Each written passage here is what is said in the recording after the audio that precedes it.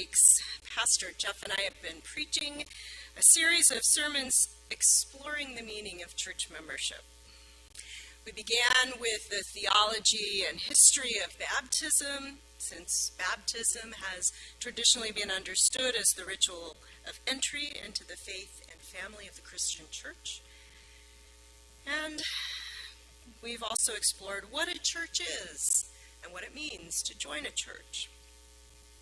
In his sermon 2 weeks ago about what it means to be a church, Pastor Jeff suggested that a church is defined as a community of people who are connected to God and God's purposes, who are following or seeking to follow Jesus, who are in covenant with each other and with God as we seek to live a life grounded in love, and who desire to be in a deepening relationship with God as revealed in Jesus.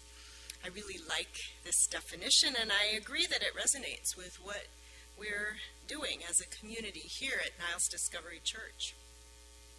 Last week, Pastor Jeff explored what it means to join a church, suggesting that uniting with a church is about being part of that community that is connected to God and God's purposes by following Jesus. It's about being in covenant with others in the community and being in covenant with God as we seek to live lives more deeply grounded in love, and as our relationship with God, made known to us in Jesus, deepens. Becoming a member of a church isn't just about believing the right things about, it's not at all about believing the right things about God or Jesus, but instead it's about committing to journey together in community, following the way of Jesus. And so today we're going to take another look at what it means to be a member of a church, this time using the lens provided by this question. If being a member of a church is about following Jesus, then what does it mean to follow Jesus? And how does joining a church help you do that? I expect that if I were to ask each of you what it means to you to follow Jesus, there would be as many answers as people in the room. Probably not that one.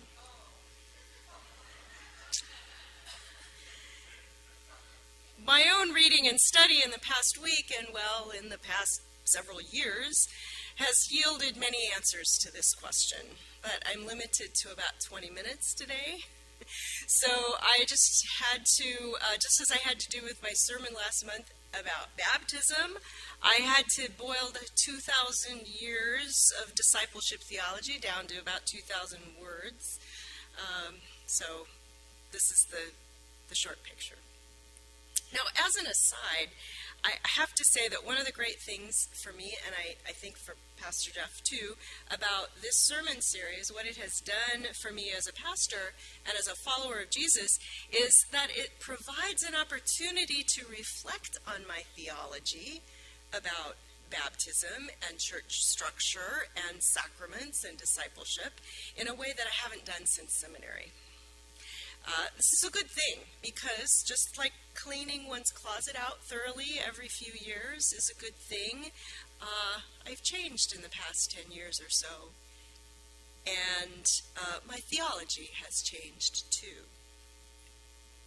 My metaphorical closet cleaning this week has brought me to 3 important understandings of what it means to follow Jesus. First of all, I think that following Jesus means committing to practicing the teaching of Jesus that is commonly known as the Great Commandment.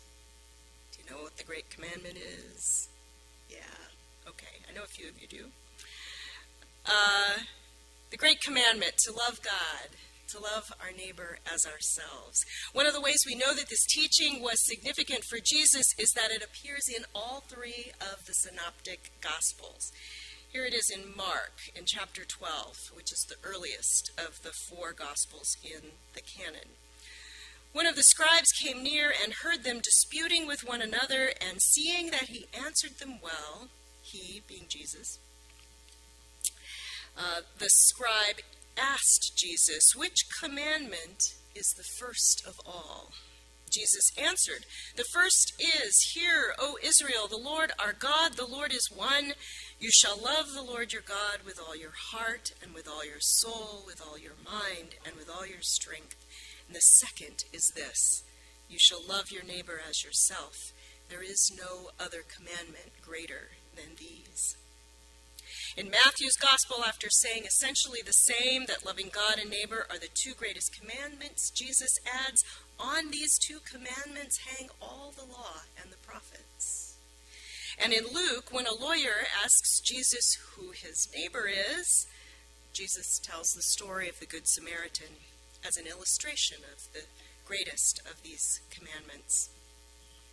So aside from appearing in 3 of the 4 Gospels, and I would argue that it's also in John's Gospel, it's just not in as succinct a form, the Great Commandment also appears in early instruction manuals of Christian theology and practice, like the 2nd century text known as the Didache. Scholars think that the Didache was written sometime around the years 100 to 120, very early. The word Didache means teaching in Greek, and that's exactly what the text is. It's a wonderful little book of practical instructions about how to do church. It covers baptism and communion and prayer. It includes a version of the Lord's Prayer, and it includes the primary teachings of the faith, such as this. There are 2 ways, one of life and one of death, but a great difference between the 2 ways. The way of life, then, is this. First, you shall love the God who made you. Second, love your neighbor as yourself, and do not do to another what you would not done to you. I love how it throws the golden rule in there as well.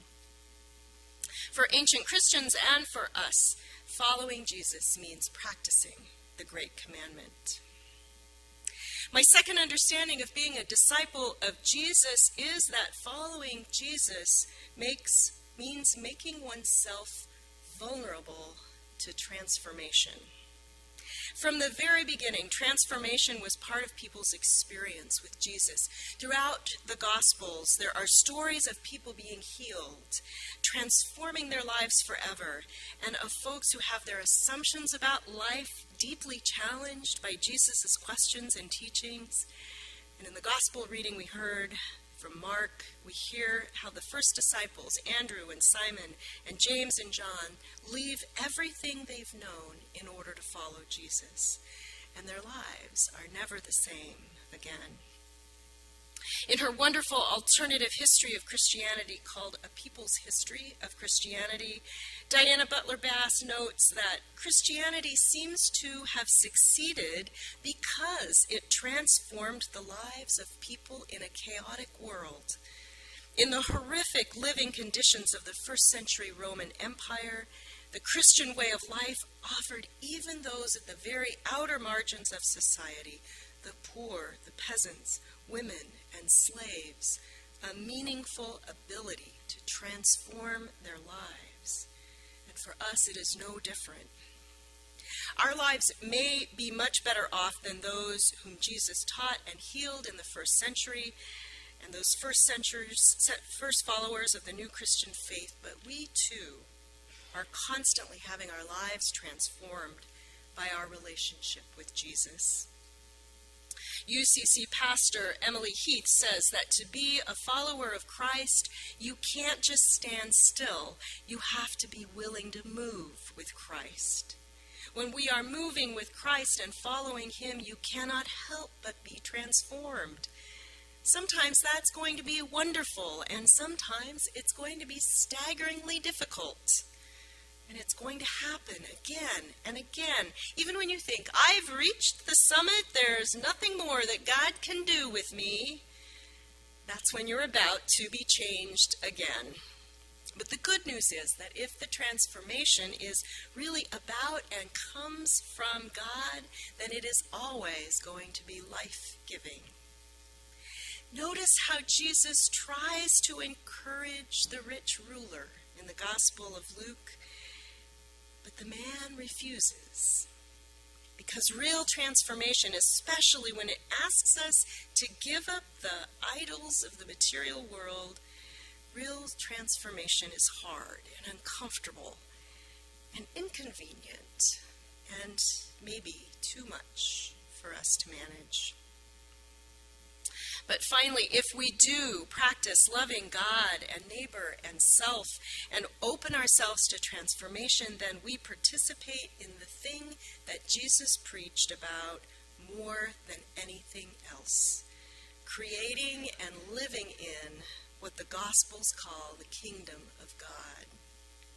When Jesus talks about the kingdom of God, or as the Gospel of Matthew puts it, the kingdom of heaven, Jesus isn't talking about the afterlife, though many people interpret it that way. The word kingdom implies a particular place and a hierarchy, the way earthly kingdoms are organized, but that's not what Jesus was talking about either. Throughout the Gospels, Jesus uses all sorts of metaphors to explain what he does mean by the kingdom of God. The kingdom is like a tiny mustard seed, he said, that grows into an enormous tree with branches wide and strong enough to make a home for all the birds. It is like a buried treasure. It is like a delicious feast or a net that catches abundant fish. The kingdom is right here, Jesus said. It's present and yet hidden. It's imminent and yet transcendent. The kingdom isn't some far-off place you go when you die. The kingdom is at hand. It's among us and beyond us. It's now and not yet. It is the wheat growing in the midst of the weeds. It's the yeast working its magic in the dough. It's the pearl germinating in a shell. It can come and go in the twinkling of an eye, Jesus said, so pay attention. Don't miss it. I love the way that writer Rachel Held Evans describes the kingdom of God. In contrast to every other kingdom that has ever been and will ever be, this kingdom belongs to the poor and to the peacemakers and the merciful and those who hunger and thirst for God. In this kingdom, the people from the margins and the bottom rungs will be lifted up to places of honor, seated at the best spot at the table. This kingdom knows no geographic boundaries, no political parties, no single language or culture. It advances not through power and might, but through acts of love and joy and peace, missions of mercy and kindness and humility. This kingdom has arrived not with a trumpet's sound, but with a baby's cries. Not on the back of a war horse, but on the back of a donkey. Not with triumph of conquest of enemies, but with a death and a resurrection. And yet there is more to this kingdom that is still to come, Jesus said. And so we await a day when every tear will be wiped from every eye, when justice will roll down like a river in righteousness, like a never-ending stream, when people from every tribe and tongue and nation will live together in peace, when there will be no more death. There is nothing that Jesus talks about more than the good news of this kingdom, or kingdom, as Pastor Jeff and I like to say, to emphasize that this is a realm where we are family. And this is why we gather together in churches. Kingdom work is hard work. We can't do it alone. If we are to love God and each other and risk transformation and struggle against human empires to create God's beloved community, we are going to need each other to make that happen. And so we gather together in a community to support each other in the work. But it's more than that. Here in the church, we have a foretaste of the kingdom of God every Sunday. And we get to learn and practice our kingdom skills right here. Right here, every Sunday morning, we enter the place where all are welcome and no one is turned away.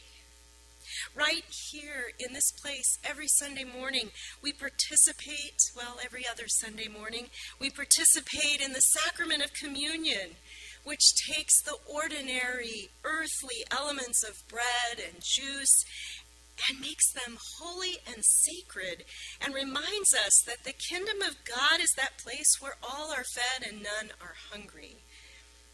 We practice loving God with our praise and worship, and we practice loving each other, lifting each other up in prayer, greeting each other with a warm handshake or hug.